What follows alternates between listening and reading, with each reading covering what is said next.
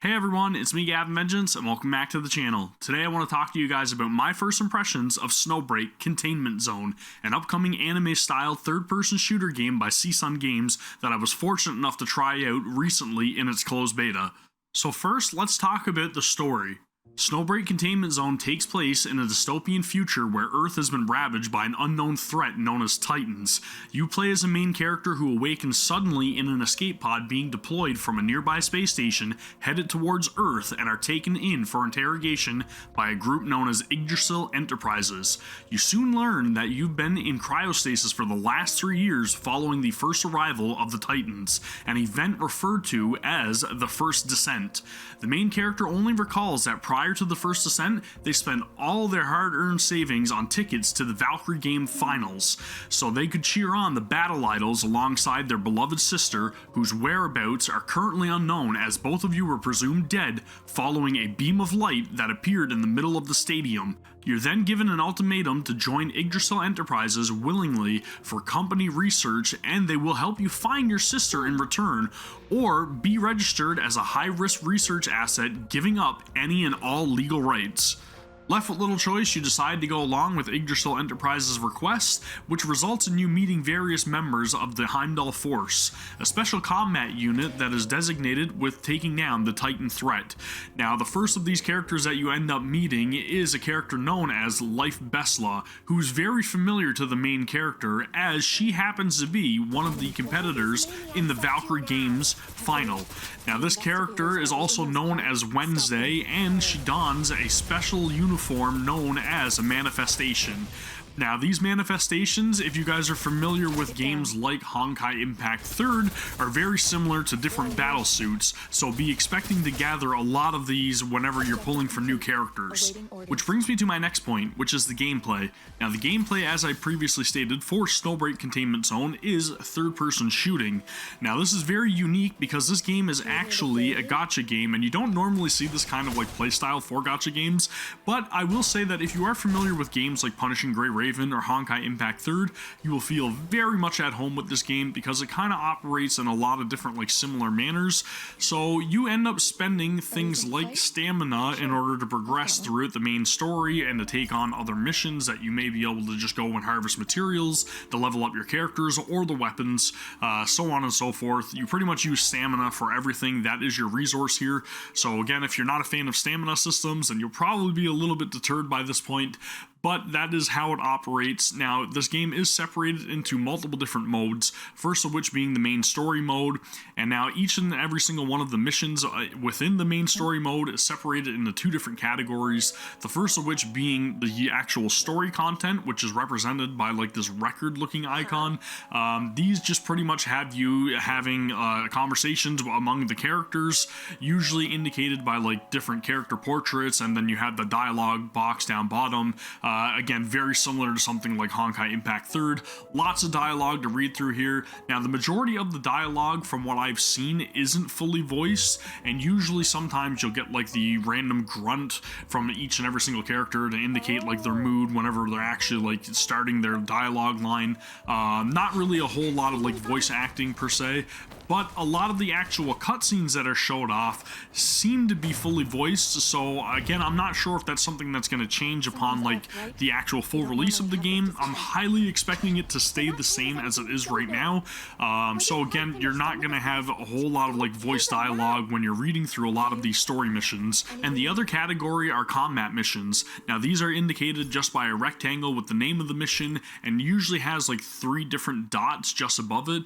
Now, those 3 different dots represent different tasks for each and every single corresponding mission, which you can complete for additional rewards. So it's highly recommended to try to prioritize completing those tasks before you end up completing the mission, so that way you don't have to spend any additional stamina to go back and get those rewards. Furthermore, each and every single one of these tasks upon completion gets added into a tally known as your total rating for the chapter. Now, this is indicated by a number down in the bottom left hand corner of the screen, and upon hitting certain milestones for that total rating, you will be given additional rewards for said chapter. So again, I cannot reiterate it enough, it is highly recommended to try to complete these tasks as much as possible. Now, also, the main story is divided into two different modes. You have a normal mode and a hard mode, so once you complete normal mode, you can go and complete hard mode and then be able to take on each and every single one of these missions again for even more rewards. Now, outside of the main story, you do have things like operations. The first operation that you're given access to is actually called combat training, which acts as a tutorial to familiarize yourself with the various different combat techniques that you're going to be encountering throughout the gameplay of Snowbreak. You also have other operations which allow you to get more character level up materials, weapon level up materials, ascension items, and also things called logistics, which, if you're familiar again with Honkai Impact 3rd, are very similar to stigmata, or gear pieces. And again, each and every single one of those gear pieces can also be leveled up and ascended. So here's where you're going to be gaining a lot of your materials that you're going to use to progress your account. There's also another mode called Personal File, in which you can go to each and every single one of the characters that you already have access to. You can learn a little bit more about them and their backstory through missions called resumes, or you can complete actions in order to gain extractions, which again can be used to further progress and power up your characters. The only other way that you can obtain additional extractions for your characters that I've witnessed thus far has been in order to pull duplicate characters via the ecosystem. This is where you go to spend all of your premium currency in order to obtain new characters or new weapons. Another mode that you have access to is called Dispatch. Now, this acts as like your challenge hub, I guess, for this game, all of your end game repeatable content, and it's divided into 4 different types of challenges. The first of which is called Underground Purge, which is very similar to something like Spiral Abyss from Genshin Impact, and is divided into 2 different areas. The first of which is called Abandoned Area, and each and every single one of these areas has a bunch of different floors, or as they call them, sections that you have to take down.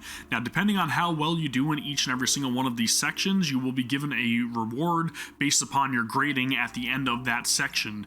So you really want to try to score as highly as possible so that way you can get more rewards. And once you gain access to section 5 after completing section 4, you will also be able to get access to another portion of this called Jotun Tunnel. Now, the Jotun Tunnel is going to be a lot more challenging, way more punishing, and the Jotun Tunnel actually is repeatable only whenever it resets. I think it's like every couple of weeks from what I understand. Again, this is very similar to the Spiral Abyss, so this is something that you will be farming endgame. Another challenge that we do have is called Neural Simulation. This will pit you against a couple of different bosses that you can take on. You can actually set a difficulty for each and every single one of these bosses depending on how strong or how confident you are in your ability. And then you also have further restrictions that you can set upon each and every single one of these neural stimulations in order to further increase your score that you're given upon completion. So things like increasing the boss's health or their attack power, or also just limiting the amount of time that you do have in order to complete the neural simulation. Another challenge that we have is called Clash of Honor, which will actually again allow you to choose the difficulty that you want to be able to take on, and this will pit you against a gauntlet style type of combat where you're going to be given wave after wave of enemies, and your objective here pretty much is to just see how far you can go in order to be able to survive and not actually die. And whenever you're completing every 3 waves, you're given the option to reset like destructible objects in the area. You can also revive any characters that may have fallen in combat. There's things like just being able to restore all of the different locations around the map where you can obtain like additional health and stuff. So this is going to be a very repeatable type of content, and again, it's very long, so if you want a little bit more gameplay and a lot less like, 1 minute mission here, 1 mission there, then this is definitely going to be the game mode where you're going to look for an extended play period. And the last type of challenge that you have is called Tactic Evaluation, which is divided into different phases. Now, each and every single one of these phases is going to be able to be unlocked based upon your adjutant level, which you can increase just by literally doing anything in this game. It acts more like your rank or whatever from Genshin, or your Trailblaze level in Honkai Star Rail. So your adjutant level, again, is just one of those things that's going to increase as you play the game. Now, tactic evaluation, each and every single one of these phases is divided into different levels, and these levels essentially are just one set area or room with a bunch of enemies that you have to take down. The catch is each and every single one of these levels has some sort of restraint or detriment tied to it, so you may encounter things like whenever you get hit, there might be a chance that you get paralyzed, or if you dodge, and you may decrease the amount of damage that you're doing to the enemies, so on and so forth. And the last type of mode is called Gigalink, aka co-op mode, in which you can pair up with a couple of other players online. There's a matchmaking system, and you guys can just go in, complete a mission, which usually ends with a single boss, and upon completion, you will be given a neural connection, which is something that you can actually just tally up each and every single week, and this neural connection will result in you getting rewards based upon how much you do play of the co-op mode. Alright, so let's talk about the combat. It's not just as simple as just pointing your gun and shooting, even though that is the basis for the majority of the combat of this game. You do also have the ability to dodge roll, so you can roll around and get out of the way of like different enemy attacks and so on and so forth. You can sprint and run around, so that way if you need to take cover, you can very easily. I haven't found an option, however, for you to actually crouch behind cover, which is kind of strange, but I mean, you're usually not getting hit if you're standing behind some sort of cover anyway, so maybe that's just a different way to counteract it. If you guys are wondering about if you do have the ability to jump, you actually only have the ability to jump in certain game modes, which is kind of strange as well. But for the most part, you are actually just able to run around and shoot things. Each and every single character does have a different weapon type that they usually are designated. So some characters will be using things like an SMG, which is great for like mid-range combat, or if you just really want to shred the enemies like health. You do have things like shotguns, which are great for like taking down different enemy parts or breaking shields and so on and so forth. Great for close range combat. You have pistols, which are awesome for long range, but they do have very short ammo capacity, so that way again you're only going to be doing a couple shots at a time, but again very great for long range. Sniper rifles, which are even better for long range, but may not be viable in a whole lot of like scenarios, so again you may not want to prioritize bringing a sniper rifle user with you unless the actual task for that mission indicates to do so. Just something you may want to be a little bit wary of. And then you also have things like assault rifles, and I'm sure that there's probably going to be a lot of other different types of weapons that get added into the game in the future. Currently I did not see any sort of like bazooka type user, which is a little bit strange, but again I'm sure it will probably get added in the future, so something I just wanted to point out. Now each and every single one of these characters, whenever you are in combat with them, you do have the ability to just use their regular attacks, or you can use their special skills. Now their skills are on a very short cooldown timer, so you can use them very frequently, and if you're not currently using one of the characters in your squad, you do have the ability to use like a QTE. So maybe if their ability is just up and you don't want to actually like swap to that character, you can just hit a different key or a different button on your controller, and that character will immediately just jump in for a very quick assist, use their ability, jump back out of combat, and then you're back to playing the character that you were using initially. Very useful. It adds to a lot of like very fast-paced combat in my opinion.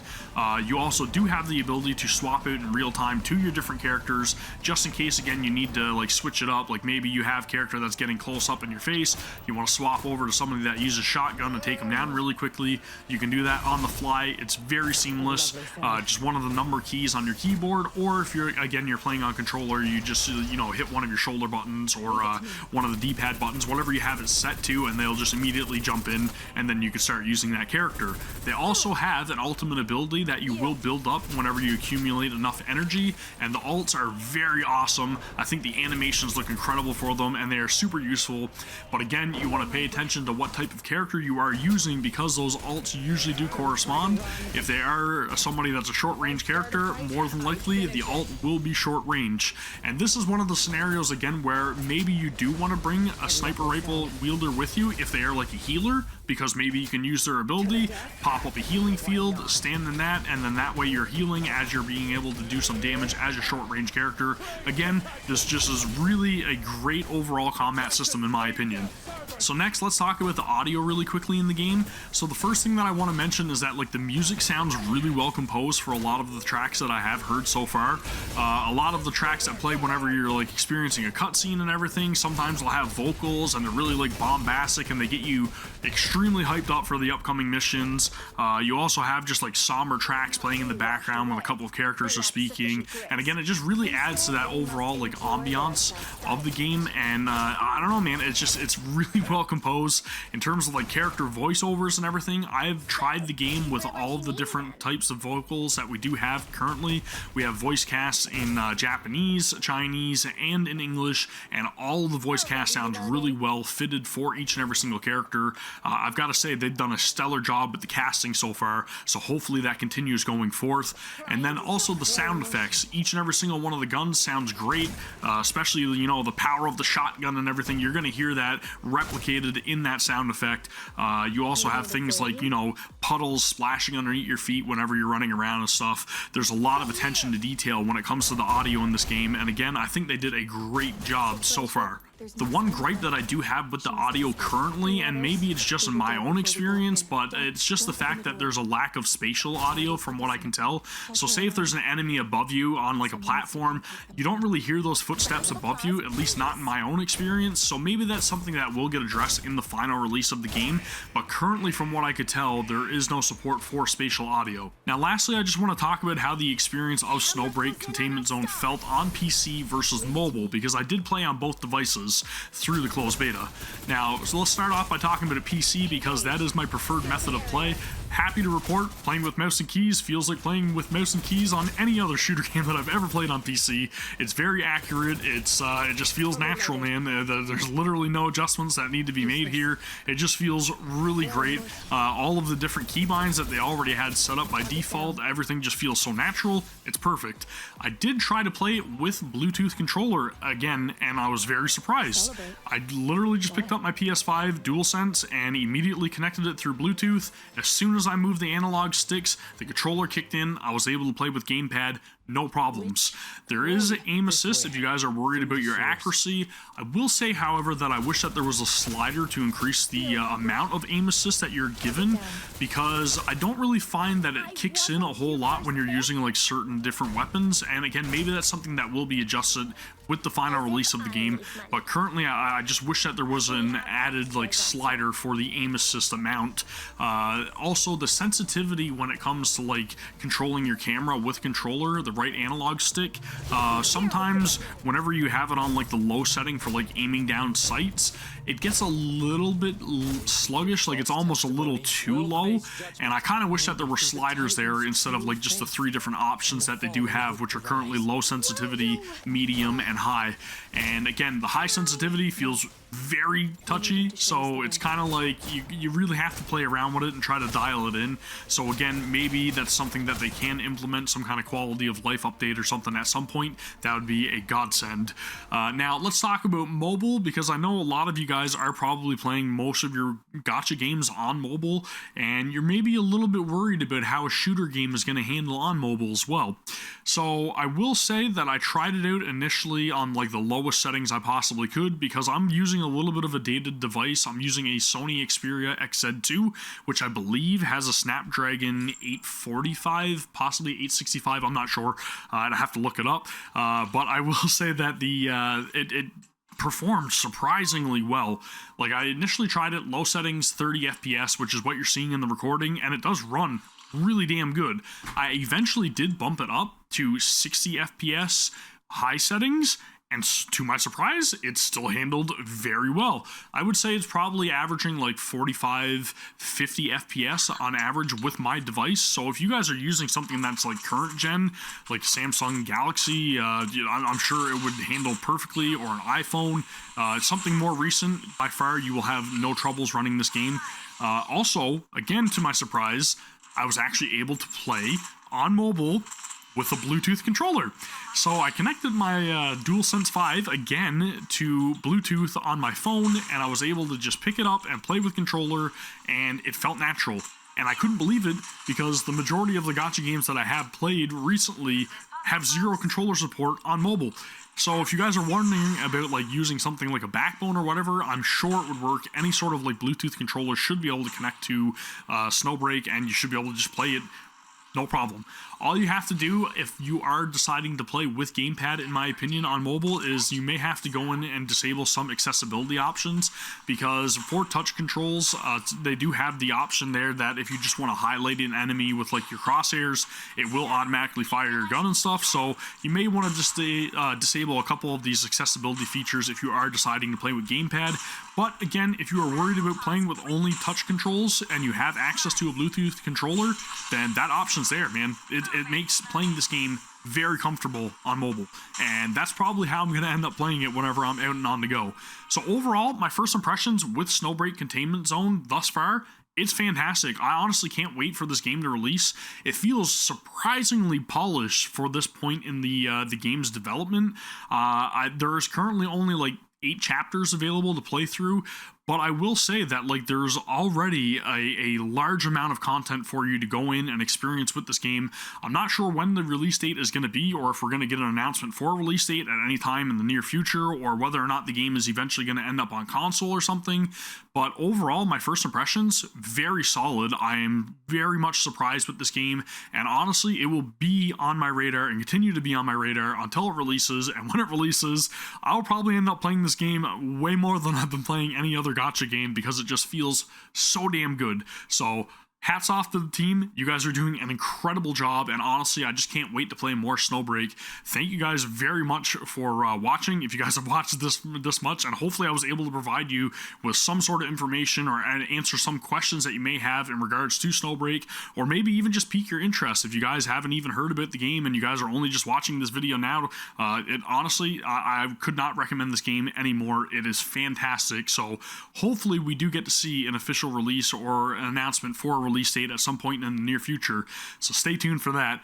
Anyways, that's going to do it for the video. Again, thank you very much for watching. If you guys did find this informative anyway, please don't forget to give the video a thumbs up and also consider subscribing to the channel.